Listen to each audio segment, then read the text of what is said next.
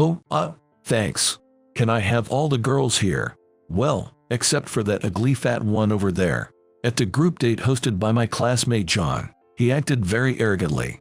Well, that's to be expected. After all, he's as handsome as a model and an elite doctor. On the other hand, I'm a male nurse. Male nurses are often told by society, "Why are you a nurse even though you're a man?" and are seen as failures who couldn't become doctors, which is painful. Being a nurse is a respectable job, and I think it's fine for men to do it, but for some reason there is prejudice.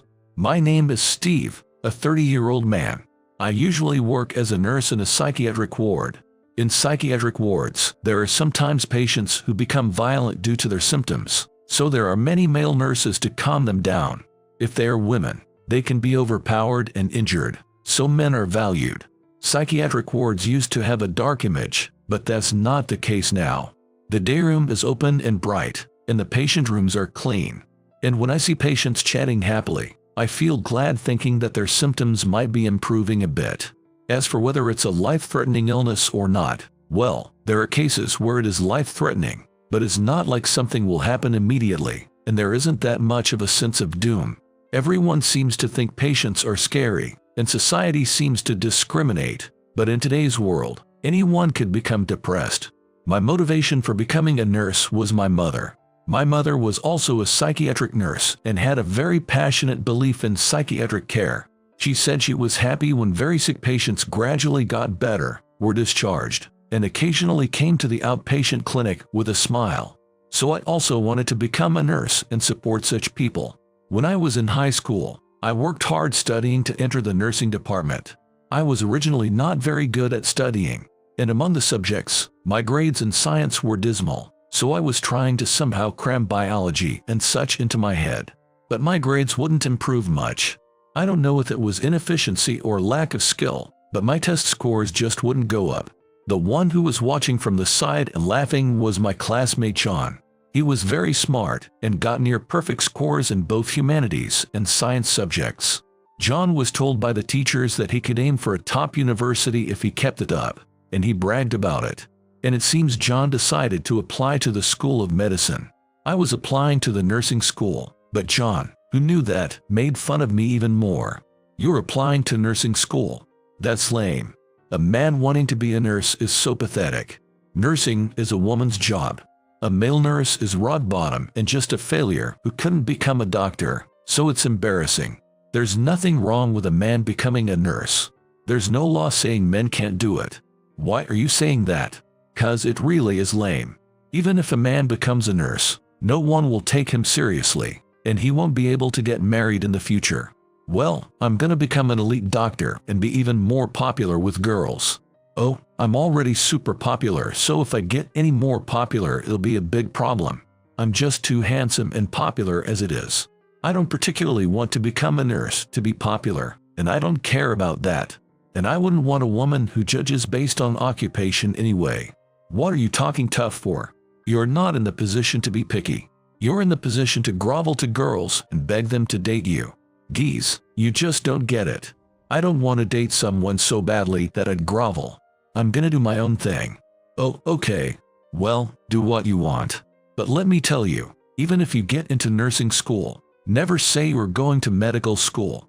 Medical school is mainly focused on becoming a doctor, so nursing is just an afterthought. If anyone asks, make sure to say you're going to nursing school." Yeah, I got it. What an annoying guy. I will do what I want. I thought, is medical school really that great? I mean, we haven't even taken the entrance exams yet, and he hasn't been accepted, so why is he saying this? Well, John is smart and aiming for medical school, so I figured he's just confident he'll get in. And then the entrance exams were over, and sure enough, John dominated, getting into all the universities he applied to. Among them, he decided to proceed to the school which is considered as feeder schools to medical school. On the other hand, I got into the College of Nursing in my home state, because I failed to get into the nursing program at a prestigious university. Well, you could say academic credentials don't matter that much for becoming a nurse. Frankly, there are multiple pathways to becoming a nurse. You could go to an associate degree in nursing programs offered by community colleges or technical schools. then pass the NCLEX RN to become licensed as a registered nurse. However, I wanted to thoroughly study nursing, so I chose to attend a 4-year nursing program. Even if it's a not-so-prestigious university, I think there's a lot to learn. To be honest, I wanted to go to the nursing department of a high-rated university too, but it can't be helped that I failed with my not-so-good brains. I felt bad about paying the high tuition for such a university, but I resolved to pay them back little by little after getting in. And so I entered university and started studying nursing. The nursing program classes were really tough, with a mountain of things to memorize. If I struggled this much, I felt like I wouldn't make it to NCLEX RN, the nursing exam in my 4th year. Before that there's hospital training, but I wondered if I could really make it there without any trouble. The amount of assignments was tremendous, and even studying until the middle of the night I couldn't finish, so I sometimes pulled all-nighters. Many people got tired of this kind of student life, so I saw several students quit midway. Even if it's a bottom-tier university, it seems like such a waste to quit university after managing to get in. I somehow desperately kept up and participated in the hospital training too. The rumors about getting harassed by scary senior nurses was true, and I got scolded from the first day for not greeting properly. And they said my report writing wasn't clear and made me rewrite it many times. After getting worn out and exhausted coming home, there was studying for the NCLEX RN.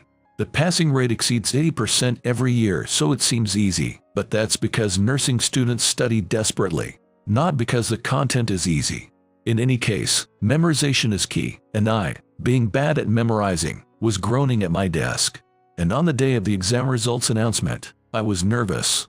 Looking at the notice, it clearly said I passed, so I was so happy I could jump for joy thinking my hard work paid off. Now I can become a nurse too. I resolved to become a nurse who can support mentally ill people like my mother, and decided to work at a psychiatric hospital. I was assigned to the closed ward, but working in psychiatry was even tougher than I imagined after all. Some patients' speech doesn't make sense due to their illness, and some get irritated and take it out on others. But even they should be calm deep down. I figured this is all because of the illness, and decided to interact with them objectively. But calmly listening to them, the patients gradually calm down too, and they smile saying they'll work hard at treatment to be discharged soon. I might be working hard to see smiles like this. If a patient even just smiles at me a little, that alone is plenty. This job is certainly tough, but I felt it was rewarding after all. When I was busy with work every day, I got a chat message from an unregistered number. Looking closely, I realized it was my high school classmate John. He must have asked someone for my contact info. I felt a bit unpleasant thinking why they'd share it without permission. Is it okay to just share someone's contact info? Hey, we're having a group date, but we don't have enough guys, so could you come too? I'm inviting cute girls. Oh, but I've never been to a group date and don't know what to do. Well, you just need to be there. Don't you want to talk to cute girls too? They're all totally cute. I think you'll like them. Look forward to it. It's next Saturday at 7 p.m. I'll be waiting at the Times Square. Don't be late. Got it. I'm off that day, so I'll come. I didn't really want to go, but I thought maybe I'd have a chance since I don't have a girlfriend, so I decided to go. I don't want to see John, but I do want to meet cute girls. And I thought maybe I'd have a fateful encounter there. So on Saturday, I dressed up and went to Times Square. There were already 4 girls, John, and another guy there, but apparently one more girl was coming. In other words, this group date would be 5 girls and 5 boys. The other girl was apparently a bit late due to traffic, and told John she wanted us to go ahead to the bar. The reservation time was approaching, so we headed to the restaurant without waiting for that girl. The luxury tavern felt a bit out of my league. Indeed, looking at the menu, unlike regular pubs, the price per dish was high. A salad cost $30 per serving. That's nearly double a regular pub's, so the bill is scary. The guys will probably pay more and the girls less in the end, so I braced myself. Then, without waiting for the last girl, we ordered drinks. John said let's introduce ourselves first, and that he'd go clockwise starting with himself. I'm John, a doctor currently working at the Department of Cardiovascular Surgery at City General Hospital. Every day is challenging, but I'm eager to take on even more complex surgeries soon. I graduated from the prestigious Princeton University. My annual income is $500,000, and I drive a Mercedes G-Class, which suits my passion for the outdoors. He's just bragging, but the girls were saying stuff like amazing and so cool. I don't find it amusing at all. And the other three guys' jobs were foreign capital consultant, trading company employee, and company owner. John told me, the only one left, to hurry up and introduce myself. So I introduced myself stammering. I'm Steve. I'm a nurse working in psychiatry. My hobbies are growing cacti and reading comics. And, my favorite food is McDonald's. Then the other guys started saying yo, total beak and so gloomy. The girls who heard that were cracking up laughing. It was a huge hit. I don't know what part of that was so funny. Was it that amusing? A guy being a nurse is unbelievable.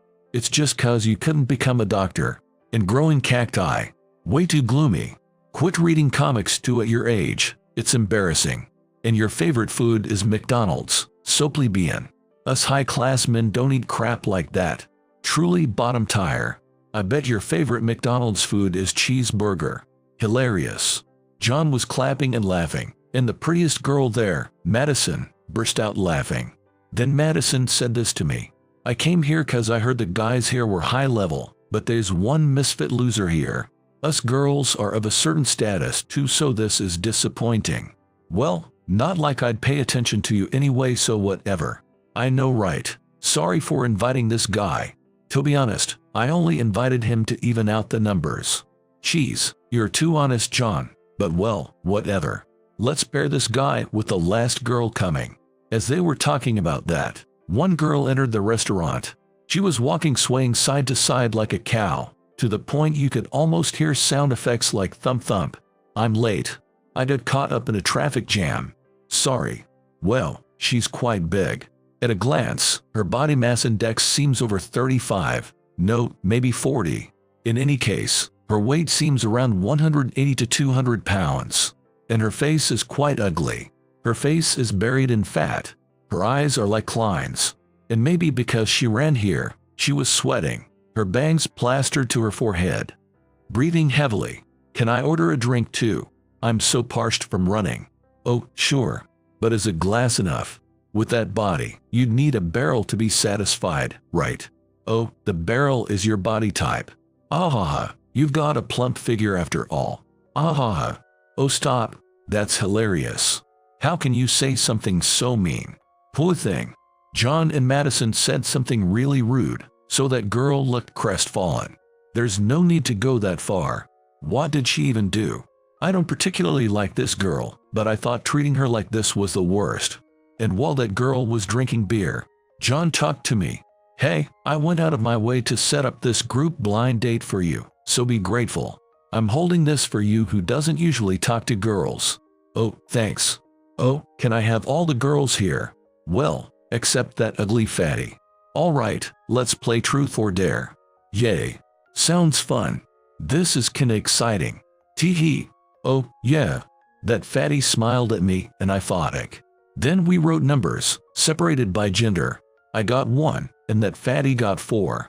Then boy #1 and girl #4. Exchange contact info. Sorry, you don't want to exchange info with someone like me, right? No, that's not. Honestly, I didn't want to exchange contact info with that ugly fatty, but I couldn't disobey the order, so I exchanged info. Yo, the fatty and bottom tier nurse are a perfect match. Start dating and go out. When John said that, I remembered something, and I replied like this. Oh, is that okay? Then I'll date Brianna. Huh? Are you insane? What weirdo would willingly date this fatty? Well, Brianna is my former classmate. I realized when we exchanged contact info. Her icon is a childhood photo. What did you say? Brianna was my classmate when I was in elementary school. She transferred due to her parents' remarriage, and I haven't seen her since then, and she's changed a lot, and her last name is different, so I didn't notice, but that's right, I got sick after that and got fat, and my last name changed from Smith to Gardner. Sorry for saying rude things, and my attitude until earlier was really the worst. But you know, I'm glad I got to reunite with you, Brianna, because back in elementary school, I had a crush on you the whole time. Well, I'm so happy to hear you say that. I got sick and fat and couldn't lose weight, so I lost confidence looking like this. It can't be helped if it's due to illness. By the way, you said your parents remarried. How's life been since then? Well, I get along with my dad, and I'm satisfied with my current life. I'm actually a nurse too, and I'm working at my dad's hospital. My dad is the director of the International Longevity Center, and he's busy being the president of the Medical Association too, it seems. What did you say? The director of the International Longevity Center, known for an independent think tank. Oh, yes, but, John, you didn't know. No way. What have I done? I can't believe I said such rude things without realizing she was the daughter of that big hospital's director. Huh? What's this? She's actually a super rich girl. Doesn't look like it. She says she got fat from illness, but that's just an excuse, right? Fat people are fat because they don't control themselves. Anyone can get into the 60-pound range like me if they restrict what they eat. Don't, Madison. She's seriously the daughter of a big shot. And people can really get fat from illness. I got a thyroid disease and my metabolism dropped, so even with restricting I kept getting fatter. You don't seem to know such diseases exist, but there are all sorts of diseases in this world. And an adult woman in the 60-pound range is nearly sick, you know. Madison looked displeased being told that by Brianna. She was a magazine model with a slender figure, and she was pretty and popular with guys, so she thought she was superior. But she was probably pissed getting talked back to by the rich girl Brianna. Well, I myself never thought my classmate Brianna would become a rich girl either. Brianna was a girl who went to the same elementary school as me, and her original last name was Smith. I always really liked Brianna because she was so kind. When I got hurt during PE class, Brianna was the first to rush over to me. And since we lived close by, when I was absent with a cold, she also brought me printouts. Brianna was kind not only to people but animals too, and diligently took care of the rabbits we kept at school. When the rabbit died, Brianna was the one who made a grave for it. I liked her for her cute smile and kindness to everyone, but being shy, I spent time without conveying my feelings to her. And in 3rd grade, Brianna transferred due to her mother's remarriage. Brianna and my mom got along pretty well, so she said we should go to Disneyland as a final memory. And Brianna and I went to Disneyland to make memories. This is my first time at Disneyland. It's so big. And there's so many people. Yeah, I wonder if we can go around the whole thing. Probably not, but if there's something you want to ride, tell me. I'll ride it with you. But then you might not be able to ride what you want to, Steve. It's fine, as long as you can ride what you want, Brianna. So, what do you want to ride? Let's see, I want to ride this. The space one. Looks fun, then let's go. Brianna and I enjoyed Disneyland to our heart's content, and we had Brianna's mom take a photo of us at a photo spot. Part of the photo from then is Brianna's icon. I think I was probably standing on the right side, but maybe she cropped it, thinking people would ask about it if I was in it. I was happy she made it her icon. She must have really enjoyed that Disneyland day trip. Brianna's new father seems to be the director of the Coon General Hospital, and simultaneously holds a position as the president of the Medical Association. Though I was totally unaware of such a fact, and I was so surprised. Moreover, it's a well-known cancer research institute in the US, and they even perform heart transplants. Not only John, who's a doctor, but anyone in healthcare knows of that hospital. Working there makes you a sort of elite. But I was curious why John didn't know Brianna's identity, so I asked. It turns out, John didn't find her himself, but was told there was an ugly girl named Brianna through an introduction, and maybe he should bring her. At that point he wasn't told Brianna's last name, and was told her address, but her address display name just said Brianna, so he didn't realize her identity. Brianna said after that, she got a thyroid disease and couldn't lose weight no matter what she did. I learned this studying nursing too, but with chronic thyroid and such, you can't lose weight. You either lose too much weight or gain too much, and you can't control it yourself. Despite that, Madison said that's just lack of control. She says if you restrict your diet like her you absolutely won't gain weight, but not everyone can do that. You never know when someone will get sick, and I thought, how can she say such mean things? and she seems to be in the 60-pound range, but that's nearly an illness. If she's deliberately not eating to maintain that weight, it wouldn't be odd for her to develop a mental illness anytime. At our hospital, many patients come seeking medical intervention because they are no longer able to eat and have become skeletally thin. I thought she'll end up like that. Please forgive my rude attitude until now. I'll do anything. You don't need to apologize to me, but instead, could you apologize to Steve? Huh? A man being a nurse isn't bottom tier at all. We rely on male nurses for physical labor, and they say a job is a job. I understand. Steve, I'm sorry for what I said earlier. I was wrong. I figured he was just pretending to apologize, so I gave an appropriate reply. Then the group date ended, and we each went our separate ways. Madison's nasty personality was exposed, and she looked glum, being ignored by everyone. I decided to share a taxi with Brianna. It had started raining, and we had no umbrellas, so I figured we should ride together. Even though you're a rich girl, you don't have a private driver. You said you were caught in the traffic. Kinda unexpected. Because my dad is the big shot, not me. I'm just a regular person. And my dad said not to get the wrong idea. He said I shouldn't think I'm great too. But I was a bit arrogant earlier, saying my dad was the director and medical association president. No, I think that much is fine. But man, to think we'd meet at a group blind date. I'm sorry my attitude was bad at first. Geez, you already apologized for that, so it's fine. I'm the one who should apologize for becoming such a fatty. You know, the reason I made that photo my message icon is probably because I'm still attached to when I was slim and pretty and shining. I can make my current ugly appearance my icon. No way. You're not ugly at all. You're wonderful, Brianna. Thank you, Steve. And you know, I could never forget that day trip. It was so fun. When I went to Disneyland with you, I really didn't want to go home and wish time would stop. That's why I made that memory photo my icon. I've never been able to forget the time I went to Disneyland with you. I see. Thank you for thinking of it that way. I really enjoyed that trip too. As we talked about memories together, I started to feel nostalgic. It was a bit of a hot day, but we went around the park drenched in sweat and rode all sorts of rides. When I dropped my popcorn clumsily, Brianna shared half of her strawberry-flavored popcorn with me. I was about to burst into tears, and I fell in love with Brianna all over again. But I couldn't muster the courage, and couldn't tell Brianna I liked her. And she moved far away, but I wasn't told Brianna's new last name or address, so I couldn't send mails either. There's a reason I wasn't told her new last name or address. According to Brianna, she deliberately didn't want to say it because the separation was too painful. If she informed me of her new contact info, she would get letters from former classmates. Then she would want to go back to her old school, and thought she wouldn't be able to adjust to her new school. So she left without telling me anything.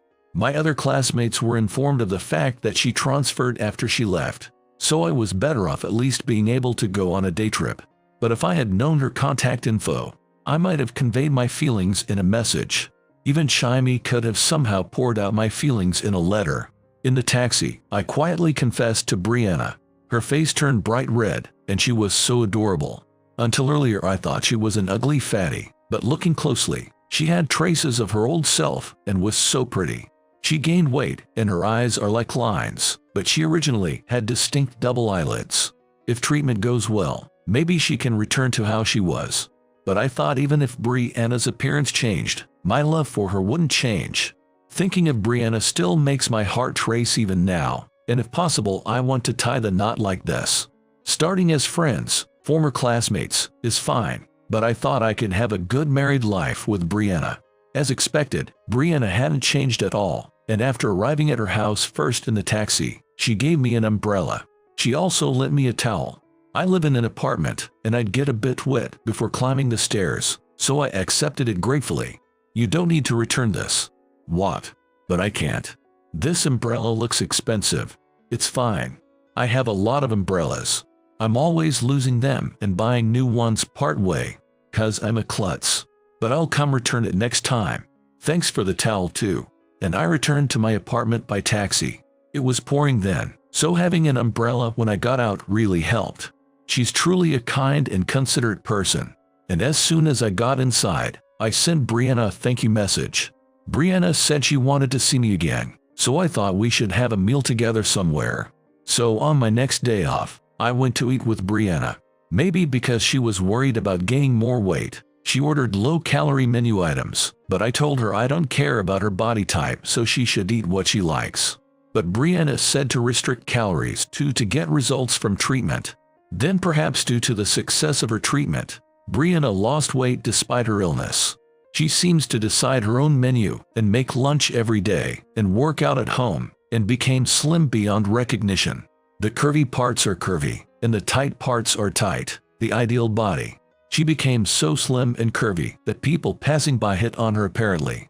Brianna laughed, saying this was her first time experiencing this. I felt frustrated, like someone made a move on my girlfriend. Then after repeated dates, amazingly we got married 1 year later. The slimmed down, beautiful Brianna looks great in a pure white dress, just like a princess I saw at Disneyland. John came to the wedding too. Since then, he had a change of heart and stopped putting people down. He started building a good relationship with me too. There's a reason he had a change of heart. John was hospitalized due to illness at one point. It's due to a doctor's unhealthy lifestyle. I doubted his schedule was always hectic, and he habitually ate fast food, resulting in consuming a nutritionally imbalanced diet. There, he was treated kindly by a male nurse and seemed to realize the value of nurses. He couldn't even go to the bathroom on his own, it seems, but the one supporting him was a strong male nurse. So he thought, after all, men are needed as nurses too. On the other hand, Mean Madison got sick from restricting her eating too much and truly became skeletally thin. Because of that, she's forced to live inconveniently, and men apparently stopped paying attention to her too. I don't want to use these words for someone who is sick, but I can't help but call it karma. Brianna is admirable for working as a nurse despite being sick, and even with her body shape warped from that illness, she's a hard worker, deciding her own menu and working out to get back to how she was. I'm truly happy to have Brianna as my wife. No matter what happens from now on, I'll overcome trials together with my wife. With Brianna, I feel like nothing is scary.